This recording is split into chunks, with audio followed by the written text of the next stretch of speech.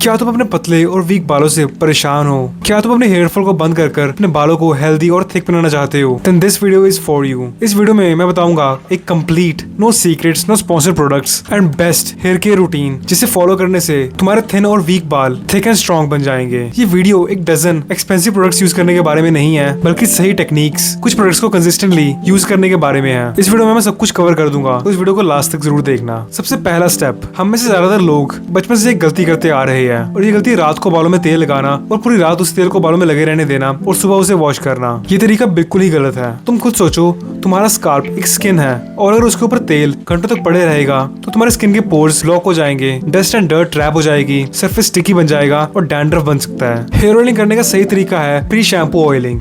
अपना तेल hair wash से सिर्फ 1 या 2 घंटे पहले लगाना होता है। इतना टाइम आपके स्काल्प के लिए जरूरी है न्यूट्रिएंट्स अब्सॉर्ब करने के लिए। अब हेयर ऑयल में होना क्या चाहिए? एक बेस ऑयल लेना, जैसे कोकोनट ऑयल या फिर आलमंड ऑयल, जो भी प्रेफर करते हो, या फिर आप अपनी हेयर पोरोसिटी के अकॉर्डिंग भी एक बेस ऑयल चूज कर सकते हो। जौन सा भी तुम ऑयल लो, उसमें सिर्फ एक कैप्सूल विटामिन ई का डालना है। ये कैप्सूल आपको किसी भी फार्मेसी स्टोर पर मिल जाएगा। 80 रुपए में आई गेस 20 कैप्सूल मिल जाते हैं या फिर 16 कैप्सूल मिल जाते हैं। विटामिन ई हमारे स्काल्प पर ऑक्सीडेटिव स्ट्रेस को कम करता है और ब्लड सर्कुलेशन को बढ़ा देता है, जो स्ट्रॉन्ग हेयर फॉलिकल्स के लिए बहुत ज्यादा जरूरी है। इस ऑयल को अपने फिंगर टिप्स पे लेना और डायरेक्ट अपने स्काल्प पर लगा देना, सब जगह इक्वली डिस्ट्रीब्यूट करना ताकि कोई भी पोर्शन मिस ना हो। फिर 2 से 3 मिनट के लिए हल्का हल्का मसाज करना अपने फिंगर टिप से या फिर एक मसाजर से, और फिर इसे 1 या 2 घंटे तक छोड़ देना। अब आता है सेकंड स्टेप, जो है शैम्पूइंग। इस स्टेप में बहुत लोग गलती करते हैं। वो गलती है या तो शैम्पू पूरे वीक में सिर्फ 1 बार करना, और या फिर हर रोज ही शैम्पू करना। जो बात है वो आपके स्काल्प पर एक नेचुरल ऑयल प्रेजेंट होता है जिसका नाम होता है सीबम। ये तुम्हारे बालों का एक नेचुरल मॉइस्चराइजर है, और अगर तुम रोज शैम्पू करोगे तो नेचुरल मॉइस्चराइजर खत्म हो जाएगा, बिकॉज शैम्पू तुम्हारे बालों में से ऑयल को स्ट्रिप आउट करता है और तुम्हारे बाल कमजोर हो जाएंगे।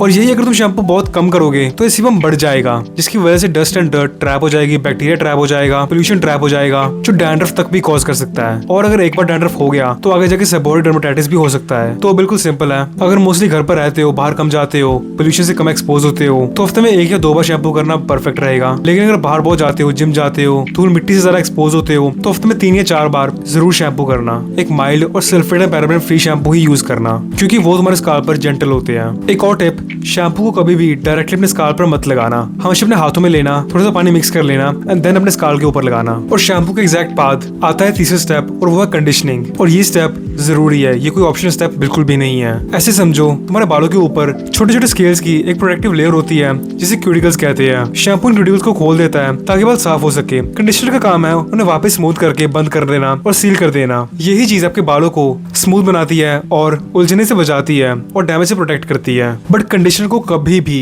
अपने स्काल्प पर मत लगाना, सिर्फ मिड लेंथ से एंड्स तक लगाना है। अपने हाथों में कंडीशनर को लेना, उंगलियों से फैलाना, अपने बालों की लेंथ पर लगाना और 2 से 3 मिनट के लिए लगे रहने देना और फिर वॉश कर लेना। यह है सही तरीका कंडीशनिंग करने का। मैं फिर से कहूंगा, कंडीशनिंग बिल्कुल भी मत स्किप करना, वरना तुम्हारे बाल बहुत कमजोर हो जाएंगे। अब इसके बाद आता है चौथा स्टेप, और यह बालों को ड्राई करना बिना बालों को डैमेज करे। गीले बाल सबसे ज्यादा नाजुक होते हैं, उन्हें एक रफ टॉवल से रगड़ रगड़ कर सुखाने से फ्रिक्शन होता है, जिससे बाल टूटते हैं और फ्रिजी बन जाते हैं। एंड व्हाट टू डू, पहले तो बालों के लिए एक अलग सॉफ्ट टॉवल रख लो। रगड़ने के बजाय हल्के हाथों से पैड ड्राई करो, यानी दबाकर एक्स्ट्रा पानी निकाल देना। और जहाँ तक हेयर ड्रायर की बात है, जितना हो सके अवॉइड करना। हीट तुम्हारे बालों की एक एनिमी है। अपने बालों को नेचुरली हवा में सूखने देना, और अगर हेयर ड्रायर यूज करना ही है तो ट्राई एज मच कि तुम उसे कूलेस्ट टेम्परेचर सेटिंग पर रखो। इससे बाल ड्राई भी हो जाएंगे और डैमेज भी नहीं होंगे। और उसे एक जगह पर स्टक करके मत रखना, उसे कंटिन्यूसली हिलाते रहना। अब है 5वां स्टेप, ये है एक टारगेटेड हेयर सीरम का यूज करना। ये स्टेप एक एडवांस स्टेप है, खासकर उनके लिए जिनको हेयर थिनिंग हो रही है या फिर बॉल्डनेस एक्सपीरियंस करनी पड़ रही है। जब तुम्हारे बाल लगभग 70 से 80% सूख जाए, तब टाइम है एक सीरम का यूज करने का। अगर तुम मिनॉक्सिडिल यूज करते हो तो वो स्टेप है जहाँ तुम्हें मिनॉक्सिडिल यूज करना है अपना। अगर मिनॉक्सिडिल नहीं यूज करना तो तुम एक रेडेंशियल और प्रोकैपल बेस्ड हेयर सीरम यूज कर सकते हो। और अगर तुम कंफ्यूज हो कि कौन सा हेयर सीरम यूज करना है, मिनॉक्सिडिल या फिर एक रेडेंशियल हेयर सीरम, इसके ऊपर मैंने एक बहुत अच्छी वीडियो ऑलरेडी डाली हुई है चैनल पर, तुम वो भी देख सकते हो। और रेडेंशियल और प्रोकैपल बेस्ड हेयर सीरम ही क्यों? अगर मैं सिंपल शब्दों में बताऊं, ये वो इंग्रेडिएंट्स है जो सोए हुए हेयर फॉलिकल्स को जगा देते हैं, और ये एक हेल्दी हेयर ग्रोथ साइकिल को प्रमोट करते हैं। तुम्हें बस कुछ ड्रॉप्स की जरूरत है। इसे डायरेक्ट अपने स्काल्प पर लगाना, खासकर उन एरियाज में जहाँ पर तुम्हें हेयर थिनिंग विजिबल है, जैसे तुम्हारा क्राउन एरिया या फिर हेयर लाइन। हल्का सा 1 मिनट के लिए मसाज करना। ये ये एक लीव इन प्रोडक्ट है, मतलब इसे लगाने के बाद धोना नहीं है। यहाँ पर कंसिस्टेंसी बहुत जरूरी है। रिजल्ट्स के लिए इसे तुम्हें रेगुलरली यूज करना पड़ेगा। Now this is the last and important step, यह है न्यूट्रिशन एंड सप्लीमेंट्स। देखो, तुम एक वीक फाउंडेशन के ऊपर एक मजबूत घर नहीं बना सकते हो। The same is the case with your hair. दो चीजें बहुत क्रिटिकल है। पहला है विटामिन डी। हम में से ज्यादातर लोगों को विटामिन डी की डेफिशिएंसी होती है। विटामिन डी हमारे न्यू हेयर फॉलिकल्स बनाने में मदद करता है और इसकी डेफिशिएंसी से हेयर थिनिंग एक्सपीरियंस करनी पड़ जाती है। तो कोशिश करना कि तुम daily at least 15 minutes sun exposure जरूर लो, और अगर पॉसिबल है तो डॉक्टर को कंसल्ट करो और एक विटामिन डी सप्लीमेंट कंज्यूम करना शुरू कर दो।